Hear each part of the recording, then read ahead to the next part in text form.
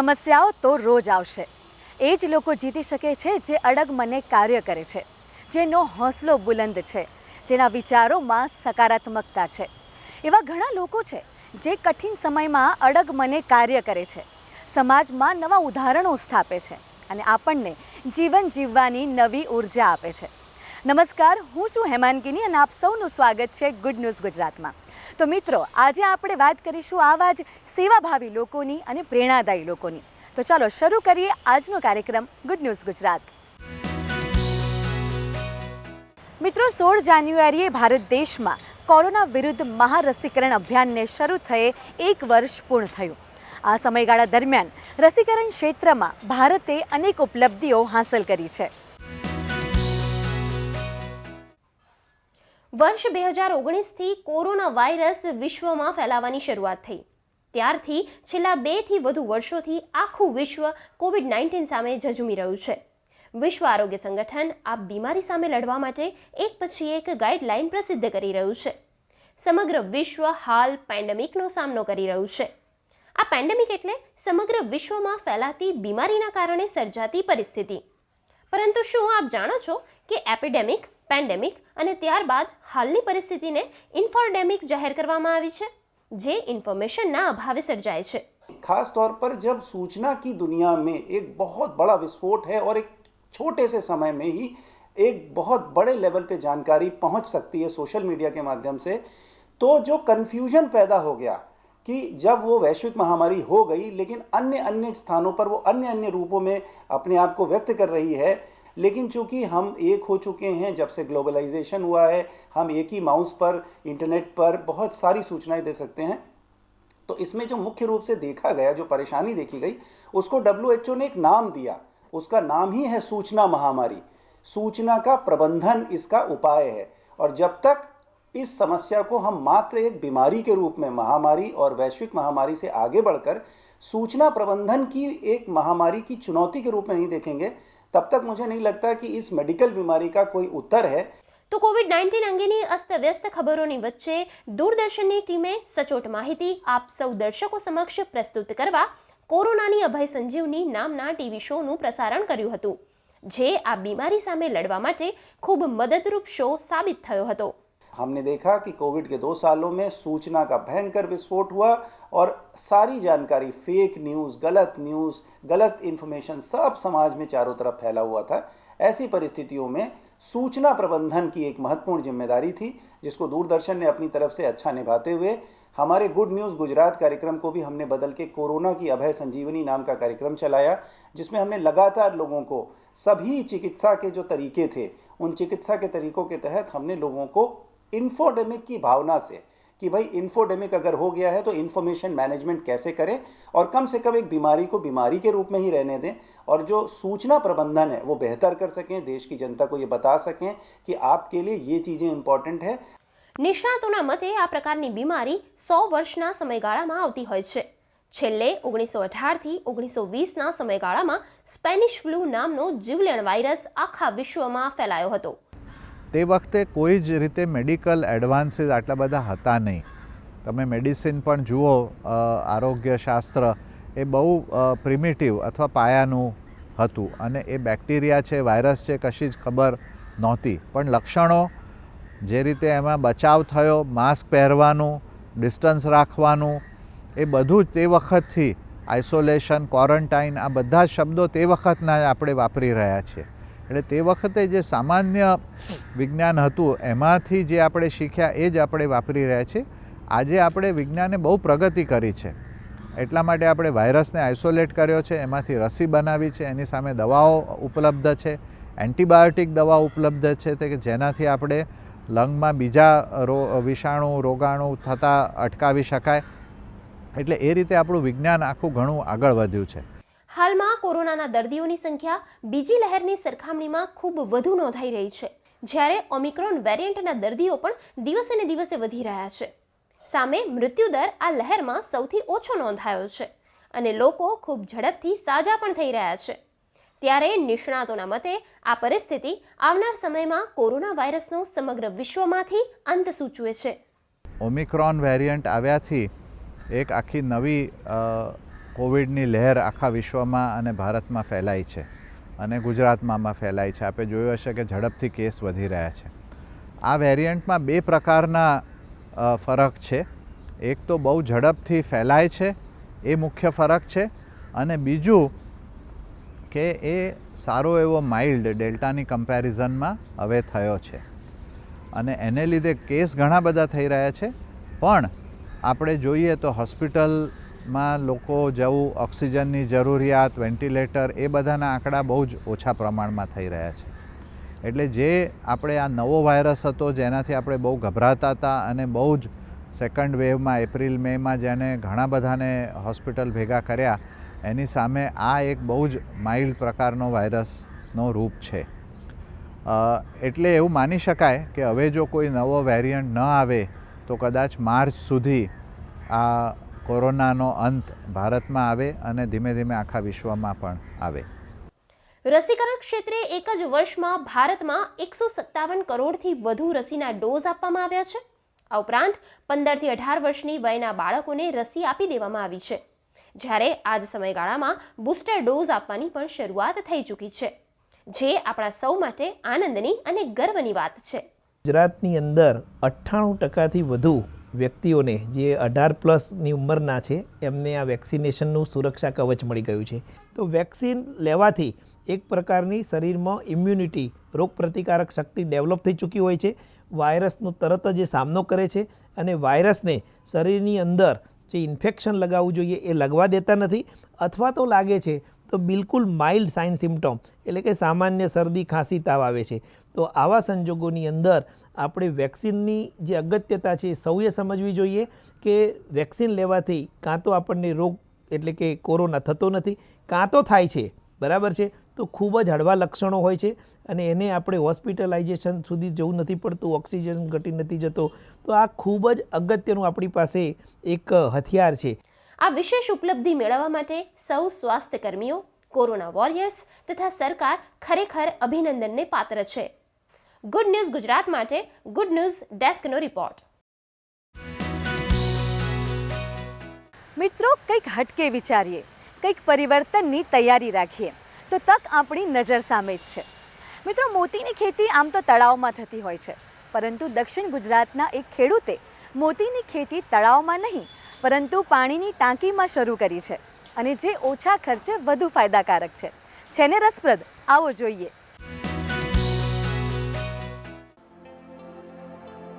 દક્ષિણ ગુજરાતમાં ભાગ્યે જ કોઈ મોતીની ખેતી કરતું હશે, પરંતુ તાપી જિલ્લાના વાલોડ તાલુકાના વેડછી ગામના આદિવાસી હિતેશભાઈ ચૌધરીએ નવતર પ્રયોગ કરીને તળાવમાં નહીં પણ પાણીની ટાંકીમાં મોતીની ખેતી શરૂ કરી છે. ખેડૂતો કોઈ પણ પ્રકારના જ્યાં પાણીની સગવડ પૂરતા પ્રમાણમાં હોય તે દરેક ખેડૂત આ ખેતી કરી શકે છે, અને એકવારે મોટી જે પાણીની ટાંકીમાં કે તળાવમાં આપણે એ છીપીને આપણે પાણીમાં છોડીએ છીએ, પછી 11 મહિનામાં મોટી તૈયાર થઈ જાય છે. ઓછા બજેટમાં પર્ટિક્યુલર સારી ઇન્કમ જનરેટ કરી શકાય એ આશાથી મેં આ વિચાર આવ્યો કે મોતીની ખેતી કરીએ. સાથે મોતીની ખેતી સાથે માછલી પાલન બી સાથે જ આવી જાય છે, તો એનાથી એક સાથે બે કામો થઈ જાય. તો ઓછા બજેટમાં વધારે પ્રોફિટની આશાથી આ પ્લાન્ટો લગાવ્યા છે. આ પ્લાન્ટ લગાવતા 1.5 લાખ જેટલો ખર્ચો લાગ્યો છે. 50% જેટલી સબસિડી મળી છે. ગુજરાતનો ખેડૂત મોતી ઉછેર ક્ષેત્રે વધુ રસ લે અને બીજા રાજ્યોની જેમ મોતીની ખેતી તરફ પ્રેરાય તે માટે વિશેષ તાલીમની શરૂઆત થઈ છે તથા સરકાર દ્વારા પણ સબસિડી આપવામાં આવે છે.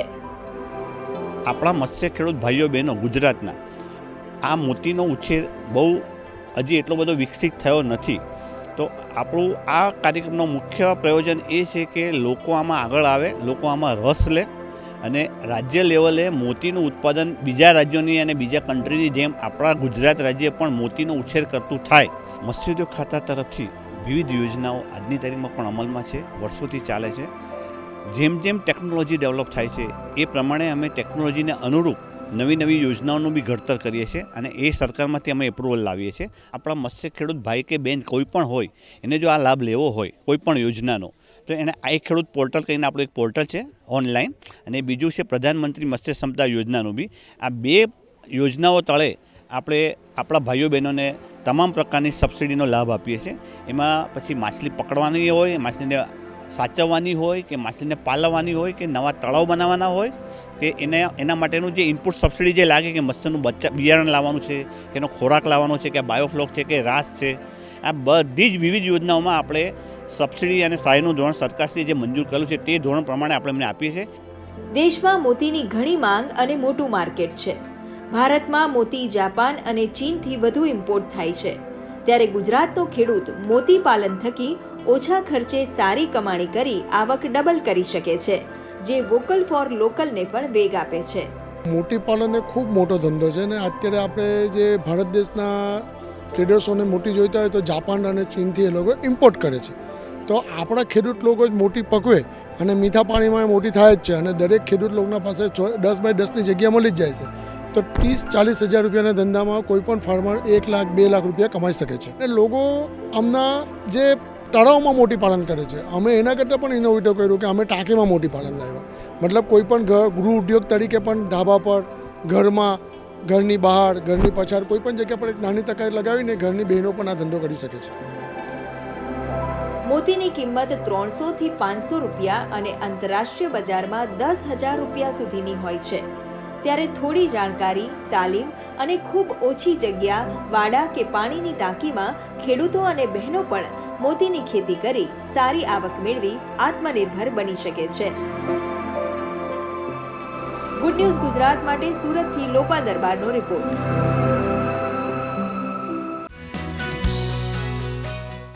મિત્રો, ગુજરાતનું વડનગર શહેર, જેને પ્રધાનમંત્રી નરેન્દ્ર મોદીના વતન તરીકે પણ ઓળખવામાં આવે છે, એક એવું શહેર જે પોતાના 2500 વર્ષના ઇતિહાસને જીવંત રાખીને ઊભું છે.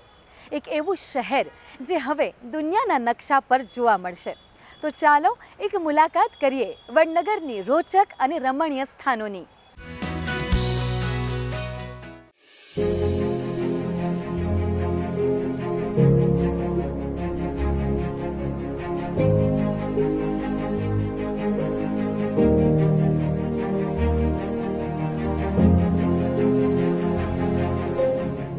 ભારતનું એક એવું શહેર જે પાછલા 2500 વર્ષોથી પોતાનો ઇતિહાસ, પોતાની વિરાસતને સંજોઈને જીવિત છે.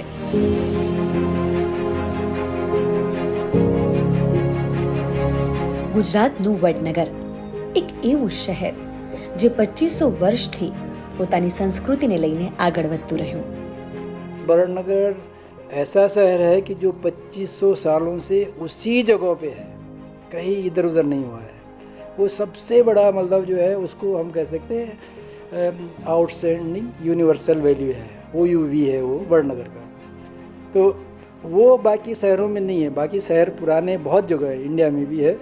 और मैंने जो भी देखा है अभी, मतलब मुझे किसी ने कहा भी था, तो आप काशी को भी मानते हैं कि काशी बहुत पुराना है. नो डाउट काशी जो है वड़नगर से और 500 साल पुराना है, 500-600 साल पुराना है. पर काशी में क्या हुआ कि काशी गंगा नदी के तट पे शिफ्ट होता रहा. वड़नगर भी मिलता है कि उसी फोर्टिफिकेशन, उसी किले के अंदर जो है बस्ती आज तक है, उसी में विकसित हो रही है. વડનગર ભારતીય સંસ્કૃતિનું એક પ્રાચીન નગર છે, જે પોતાની વૈભવશાળી સંસ્કૃતિ, સ્થાપત્ય કલા અને નગર આયોજનનો સર્વોત્તમ નમૂનો છે.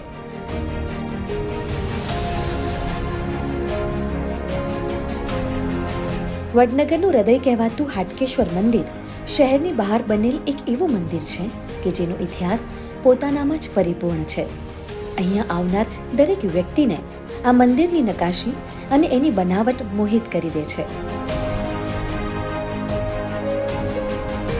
हाटकेश क्षेत्र जो है उसका कोई शिलालेख तो अभी है नहीं, मगर स्कंद पुराण नागरखंड उसमें उसका उल्लेख है कि भाई हाटकेश क्षेत्र इस विस्तार को क्यों कहा जाता था कि जब महादेव जी शंकर भगवान की पत्नी उमा को उसके पिता दक्ष राजा ने यज्ञ का आमंत्रण नहीं दिया तो वो जाकर भी उसी यज्ञ कुंड में कूद पड़ी और अपना बलिदान दिया. तो शंकर भगवान ने उसको लेके निकले थे, तो वड़नगर आकर वो चमत्कार हुआ और ब्रह्मा जी ने वहाँ शिव जी का सुवर्ण लिंग स्थापित किया. हाटक मीन्स सुवर्ण. That for it is known as Suvarna, Hatkeshwar. This is the only story in written and mentioned in the Skand Puran Nagarkhand. Tana Riri મહોત્સવ વિશે તો તમે જરૂરથી સાંભળ્યું હશે, પણ શું તમે જાણો છો આ નાગર બહેનો તાના અને રીરી કોણ હતી? વડનગર પહોંચતા જ તમે તાના રીરી બગીચાની સુંદરતાને નિહાળી શકો છો. अकबर बादशाह था और वो टर्म उसका जो नवरत्न था उसमें से this Tansen was a musician and singer. Haridas जो उसका गुरु थे उसने बोला कि मेरी अग्नि संस्कार दीपक राग से करना, तो उसने दीपक राग से किया. मगर दीपक राग के बाजू में मल्हार राग गानार होना जरूरी है, अदरवाइज उसमें दीपक राग की पीड़ा होती है. तो मल्हार राग गानार नहीं मिला. He was knowing, Tansen was knowing that I will find, मुझे कोई भी जो मल्हार राग गानार मिलेगा तो फक्त वडनगर में ही मिलेगा. ही वॉज नोइंग, वो सब जानता था. तो वो इधर आया तो उसको ताना और रिरी दोनों बहनों थी, ट्विन बेबीज. तो उसने मल्हार राग गाया और वो मल्हार राग गाने के बाद उसका पीड़ा कम हुई. આ છે વડનગરનું કીર્તિ તોરણ, જેનું સ્થાપત્ય અને શિલ્પકલા આપ આ છબીના માધ્યમથી જોઈ શકો છો. ગુજરાતના સોલંકી રાજાઓની વિશેષ વાસ્તુકળાનું જીવંત ઉદાહરણ તેને માનવામાં આવે છે. Vadnagar was visited by number of Kings. वो वडनगर में गुजरात के छोटे छोटे राजाओं थे ना, वो आते थे. क्यों आते थे? कि यहाँ से कोई एडमिनिस्ट्रेटर लेने के लिए, और कुछ लोगों के साथ संपर्क भी करते थे. और कुछ यहाँ कोई पॉलिटिकल प्लेस नहीं थी, मगर राजाओं के साथ प्रजा के साथ कुछ विचार विनिमय करते थे. तो वहाँ कोई विजय प्राप्त करके आया, तो विजय प्राप्त करने के लिए प्रजा बोले कि यहाँ हमारे लिए क्या है, तो ये तोरण बना दिया. तोरण इज एक स्मृति चिन्ह left by the kings for the memory of their victory. વડનગરનું શર્મિષ્ઠા તળાવમાં એક રમણીય પર્યટન સ્થળ છે. એક એવો સમય પણ હતો જ્યારે આ તળાવ વિકાસની રાહ જોઈ રહ્યો હતો, પણ આજનું દ્રશ્ય કંઈક જુદું જ છે. शर्मिष्ठा तालाब है, वो टाउन के नॉर्थ ईस्ट में है, मतलब वायव्य कोना में. और जो पानी का जो बहाव है वो आपका वो नैऋत्य दिशा में है. ठीक है, तो कभी भी कोई भी नगर जो है आप पानी के बहाव की दिशा में नहीं बनाया जाता है.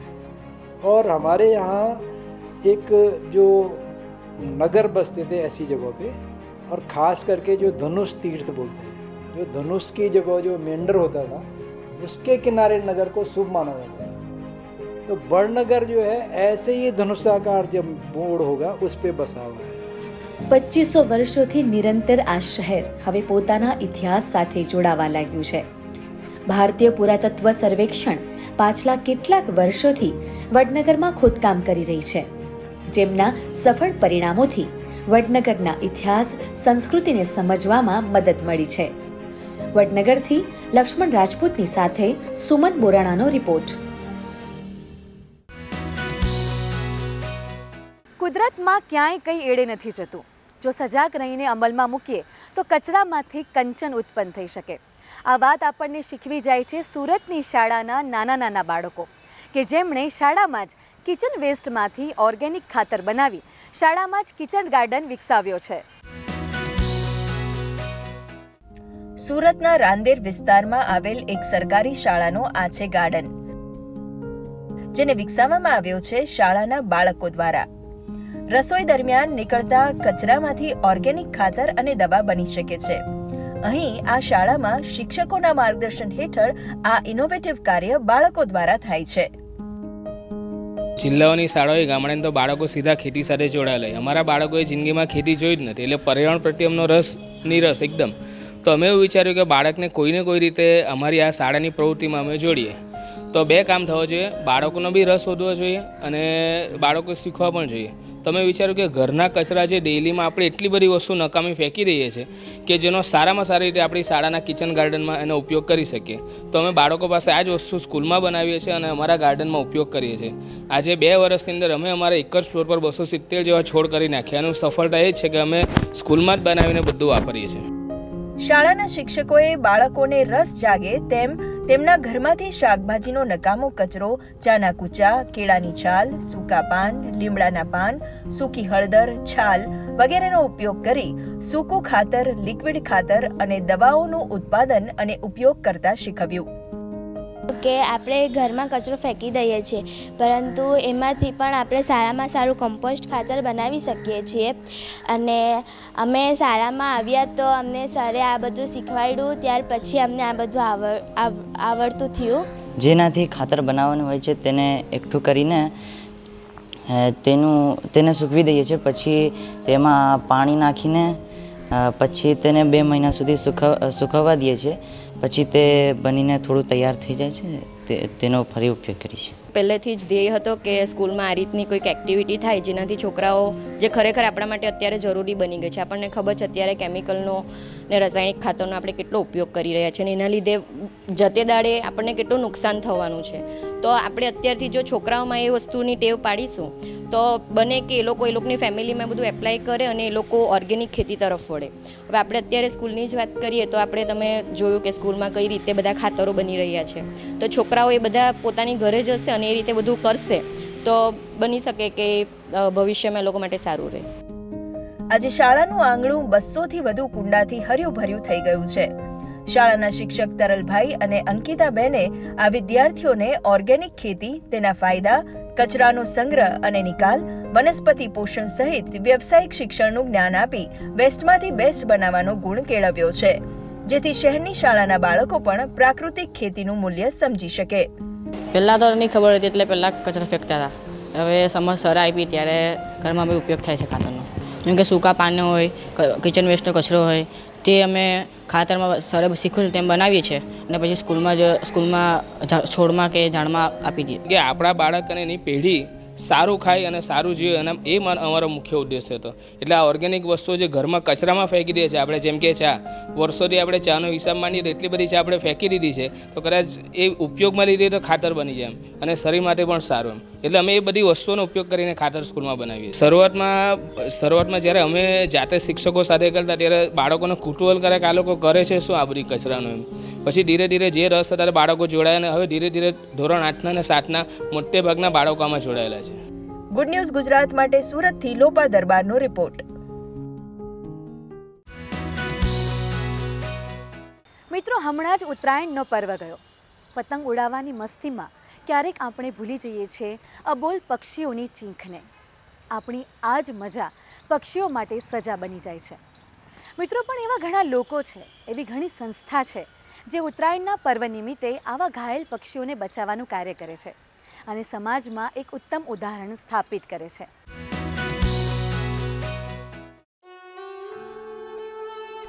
આકાશમાં ઉડતી આ રંગબેરંગી પતંગો અને આ પતંગોને ઉડાવવામાં આવતી આ દોરી અનેક પક્ષીઓ માટે ઘાતક સાબિત થાય છે. અનેક પક્ષીઓ પતંગના દોરાથી ઘવાઈને પોતાનો જીવ ગુમાવી બેસે છે. આવા જ ઘાયલ પક્ષીઓની સારવાર માટે રાજ્ય સરકાર દ્વારા પોરબંદરમાં 10 જાન્યુઆરીથી 20 જાન્યુઆરી સુધી કરુણા અભિયાન 2022 અંતર્ગત વેટરનરી ડોક્ટર સહિતની ટીમની રચના કરવામાં આવી અને અત્યાર સુધી આવા ઘણા ઘાયલ પક્ષીઓના જીવ બચાવવામાં આવ્યા છે. પોરબંદર જ્યારે પક્ષીનગર પિંક સિટી તરીકે જાણીતું છે, ત્યારે આ તહેવારમાં ઘણા પક્ષીઓ ઇન્જર્ડ થઈને પતંગની દોરીથી અહીંયા આવે છે. અત્યાર સુધીમાં લગભગ 50 જેટલા પક્ષીઓ આજની તારીખની અંદર અહીંયા ટ્રીટ થયેલા છે. પોરબંદરના કરુણા અભિયાન અંતર્ગત જે પણ ઘાયલ પક્ષી ઈજાગ્રસ્ત હાલતમાં મળી આવ્યા છે અને જેમની સર્જરી કરવાની જરૂરિયાત ઊભી થઈ છે, તેવા તમામ પક્ષીઓની સારવાર કરવામાં આવી રહી છે અને તેઓ ફરીથી ખુલ્લા આકાશમાં ઉડાન ભરવા માટે સક્ષમ ન થાય ત્યાં સુધી તેમની સાર સંભાળ પણ કરવામાં આવી રહી છે.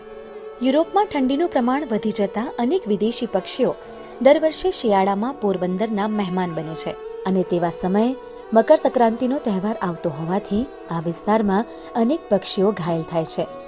ત્યારે કરુણા અભિયાન આવા ઘાયલ પક્ષીઓ માટે સંજીવની સ્વરૂપ બની ગયું છે. ખરા અર્થમાં પક્ષીઓની સેવા અને પક્ષીઓને જે પણ પતંગ કાઇટ ફેસ્ટિવલ કે જે પતંગના દોરાને લીધે જે પણ ઇન્જરી થાય છે, એને લીધે પડવાને લીધે જે ટ્રોમેટિક ઇન્જરી થાય છે, એની સારવાર જેમ કે સબ ફિસ્ચ્યુલા, ફ્રેક્ચરના કેસ, ફ્લેમિંગો, એની અંદર કબૂતર આવે છે, પછી બીજા નાના મોટા પક્ષીઓ, બગલાના મોટાભાગના કેસ છે. તો એ કેસની અંદર સર્જિકલ ઓપિનિયનથી માંડીને તમામ હિમોસ્ટિપ્ટિક જેમ કે એમને શોક ન લાગે એ રીતના ક્વોલિફાઈડ વેટનરી ઓફિસર દ્વારા એમને સારવાર આપવામાં આવેલ છે. ફોરેસ્ટ ડિવિઝને એવી પણ સુવિધા આપેલ છે કે એને રિહેબ કરી અને જ્યાં સુધી ઉડવા માટે સક્ષમ ન થાય ત્યાં સુધીની સાર સંભાળ લેવામાં આવે છે. તો બીજી તરફ ઉત્તરાયણના તહેવારમાં વાપરવામાં આવેલી દોરીના ગુચ્છા પક્ષીઓ, પ્રાણીઓ સહિતના જીવોને નુકસાન કરતા હોય છે. ત્યારે મહેસાણા જિલ્લાના વિસનગર શહેરના એક જીવદયા પ્રેમીએ આવી દોરીને એકત્ર કરી તેનો નાશ કરવા માટે એક અનોખો પ્રયાસ હાથ ધર્યો છે. આ છે બેકરી ચલાવતા દુકાનદાર રાજેશ પ્રજાપતિ, જેમણે 13 જાન્યુઆરીથી લઈને 18 જાન્યુઆરી સુધી 5 દિવસ દરમિયાન જે કોઈ નાગરિક 1 કિલો દોરીના નકામા ગુચ્છા દુકાન પર આપે તો તેઓ તે ગુચ્છા સામે તેને 250 ગ્રામ કેક અને જો દોરી ઓછી હોય તો પણ પેસ્ટ્રી આપી પ્રોત્સાહિત કરવાની જાહેરાત કરી હતી. એટલે દોરી આપણા વાયર ઉપર લટકતી હોય છે, એટલે પક્ષીઓના, માણસોના, જનાવરના નુકસાન કરતા હોય છે. એટલે મને વિચાર આવ્યો કે આ એક હાનિકારક છે. મારી પાસે મારી શોપ પર જે કસ્ટમર દોરી લઈને આવે તો એમને 1 કિલો દોરી ઉપર 250 ગ્રામ કેક આપીએ છીએ એમને પ્રોત્સાહિત રૂપે, અને 500 ગ્રામ કોઈ દોરી લઈને આવે તો એ લોકોને પણ અમે પ્રોત્સાહન રૂપે એક પેસ્ટ્રી પણ આપીએ છીએ. ગયા વખતે મારી મિનિમમ 400 કિલો દોરી એકત્ર થઈ હતી અને આ વખતે એના કરતાં પણ ઊંચો ટાર્ગેટ છે અમારો. રાજુભાઈ છેલ્લા કેટલાક વર્ષોથી ઉત્તરાયણ નિમિત્તે અને ઉત્તરાયણના આગલા દિવસે જે બાળકો પતંગ ચગાવે છે એમાં ખાસ કરીને જે ચાઇના દોરીથી વધારે ચગાવે છે, જે આવતા જતા રાહદારીઓના ગળા વિંધાય છે, પક્ષીઓ વિંધાય છે, તો એમને એક પ્રોત્સાહન એક એવું પૂરું પાડ્યું કે જે 1 કિલો દોરી લાવશે એને 250 ગ્રામ કેક આપીશું આપણે. કે આવા ઉમદા કાર્યો વિસનગર જ નહીં પણ બીજા શહેરમાં પણ થવા જોઈએ અને પક્ષીઓ અને મનુષ્યો બચવા જોઈએ. આના કારણે એક વસ્તુ એવું થયું કે બાળકો પણ પ્રોત્સાહિત થયા કે ભાઈ આપણે દોરી જ્યાં ત્યાં ના ફેંકીએ, એને ભેગી કરીએ તો એમને પ્રોત્સાહન રૂપે જે અભિગમ અપનાવે બહુ જોરદાર અભિગમ છે. આમ આપણા તહેવારની મજા નિર્દોષ પશુ પંખીઓ માટે ઘાતક ન બને તે બાબતનું ધ્યાન રાખવું જરૂરી છે.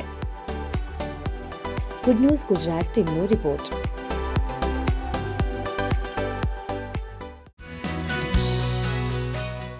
તો દર્શક મિત્રો, આ હતો અમારો આજનો કાર્યક્રમ ગુડ ન્યૂઝ ગુજરાત. આપ અમને આવી જ ગુડ ન્યૂઝ મોકલી શકો છો.